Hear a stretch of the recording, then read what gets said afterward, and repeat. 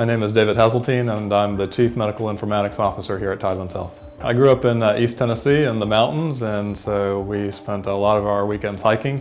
And during the summertime, my family is also from Taipei, Taiwan, so we took trips internationally to spend time there.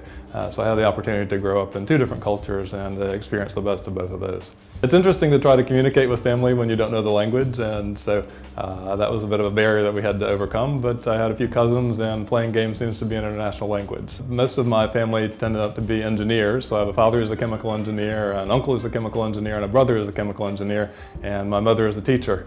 And so when my father realized I wanted to go into medicine, he sat me down and provided a spreadsheet of all the debt I would go into within the course of the next few years and how long it would take me to get out of that. And despite all that, I still decided that medicine was the right thing for me. So I went to medical school and residency in the University of Tennessee in Memphis, and I primarily went there because it had a large primary care training opportunity program. And so the program there also included internal medicine, pediatric residency training for a good 12 to 14 residents a year. So it was a like community of people who were interested in the same thing.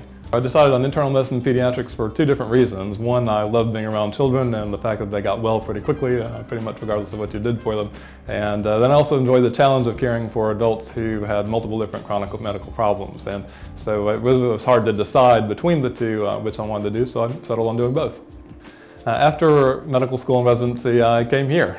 So I've been here for 15 years, and the predominant attraction to the area was initially a group of physicians who all trained in internal medicine and pediatrics. So I had the opportunity to continue practicing with people who had similar philosophy and training.